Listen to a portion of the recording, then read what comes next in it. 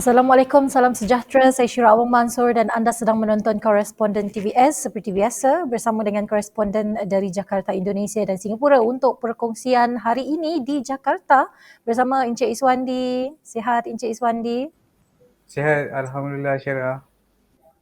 Alhamdulillah. Dan semoga kekal sihat hendaknya daripada jangkitan COVID-19 terutamanya kerana beberapa minggu lepas saya pun sudah menerima dos penggalak vaksin COVID-19.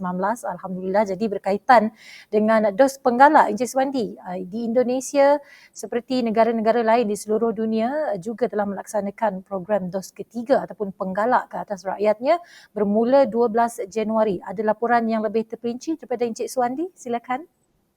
Syara. Indonesia melancarkan dos penggalak vaksin COVID-19 pada Rabu 12 Januari di tengah-tengah lonjakan jangkitan COVID-19 yang didorong oleh varian Omicron.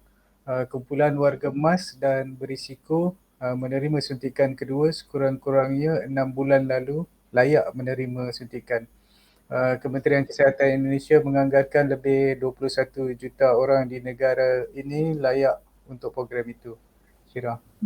Dan kita nak bertanyakan mengenai bayaran bagi dos penggalak ini Encik Swandi. Adakah penerima di Indonesia dikenakan bayaran ataupun tidak? Kerana sebelum ini kita dimaklumkan ada perancangan untuk dikenakan bayaran tertentu di mana kalau saya boleh kongsikan, pegawai dan pihak kerajaan di Indonesia sebelum ini mencadangkan suntikan dos penggalak hanya diberikan percuma kepada individu berusia 60 tahun ke atas dan juga mereka yang tidak mempunyai wang untuk membayar. Jadi bagaimana keputusannya sekarang ini Encik Swandi? Betul Syira, sehari sebelum program dilaksanakan iaitu pada Selasa 11 Januari, Presiden Joko Widodo membuat keputusan saat akhir untuk membatalkan rancangan mengenakan bayaran. Tentunya memberi kelegaan kepada semua. Menurut Presiden Jokowi, dos ketiga penting untuk menyokong pelindungan setiap warganya terhadap virus itu. Keputusan itu turut diambil kerana keselamatan rakyat adalah yang utama bagi pemerintahannya.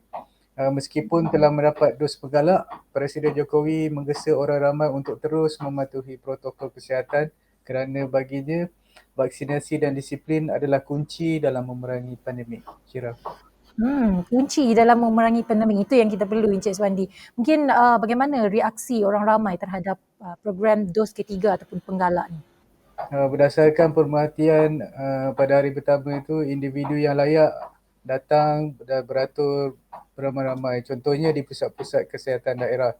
Kalau di ibu kota Jakarta ini seperti Keramat Jati, Jakarta Timur, keadaan amat tenang dan sangat teratur. Ada yang ditemui menzahirkan rasa lega seperti Pak Abdul Rahman yang berusia 65 tahun mendapatkan dos ketiga. Beberapa minit selepas disuntik, beliau kata tak rasa apa-apa tindak balas negatif, sama seperti dos pertama dan kedua. Beliau percaya dos ketiga ini penting untuk kebaikan bersama kerana jika jatuh sakit akan menyusahkan orang lain dan dia menjadi penyebab menyebarnya wabak ini kepada orang lain. Syirah. Ya, betul. Dan boleh kita tahu juga apakah jenis vaksin yang diguna dan mungkin boleh dikongsikan juga data terkini kes varian Omicron di Indonesia? Silakan. Pada Isnin awal minggu ini, Indonesia meluluskan kebenaran penggunaan kecemasan untuk 5 vaksin COVID-19 yang berbeza. Jadi vaksin yang digunakan sebagai suntikan penggalak termasuklah Sinovac, Pfizer, AstraZeneca dan Moderna.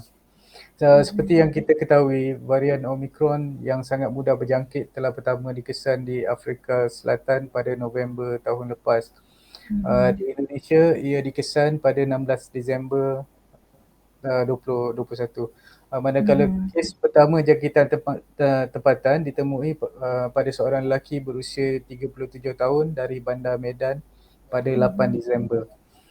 Setakat ini setakat hari ini kes varian Omicron meningkat kepada 506 orang selepas 97 lagi individu dijangkiti virus itu pada Isnin. Termasuk 84 kes jangkitan tempatan. Bagaimana pula dengan kes COVID-19 di Indonesia? Mungkin ada data daripada Encik Swandi? Jumlah kes COVID-19 yang disahkan telah meningkat sebanyak 802 dalam tempoh sehari kepada 4,267,451 kes setakat Selasa 11 Januari.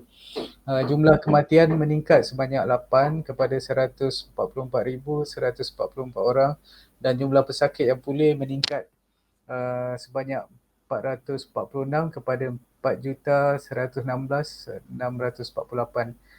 Indonesia setakat ini telah mentadbir 289.71 juta dos termasuk suntikan penggalak ketiga. Menurut Menteri Kesihatan, Indonesia menduduki tempat 5 teratas di dunia daripada segi jumlah vaksinasi. Indonesia berada di kedudukan keempat selepas China, India, Amerika Syarikat, diikuti Brazil di tempat kelima. Syirah. Encik Suwandi, soalan terakhirlah daripada saya. Encik Suwandi sendiri sudah menerima suntikan dos penggalak? Boleh kita tahu? Buat masa ni kami sebab program ni diberikan percuma untuk rakyat tempatan, untuk bukan warga negara. Kami sedang menunggu maklumat lanjut daripada pemerintah. Harapannya secepat mungkin, insya-Allah. Dan bak kata Pak Jokowi sendiri seperti yang dikongsikan oleh Encik Suwandi, vaksinasi dan disiplin adalah kunci kepada memerangi pandemik. Jadi kepada yang belum mendapatkan dos penggalak vaksin COVID-19, jika anda berkesempatan ada rezeki, silalah dapatkan segera sekiranya sudah menerima contohnya notifikasi daripada MySejahtera kalau bagi rakyat Malaysia dan sebagainya, kerana selain menjaga keselamatan dan kesihatan diri, kita jaga kita. Terima kasih Encik Suwandi untuk perkongsian hari ini. Koresponden TVS nak berehat seketika, kembali selepas ini.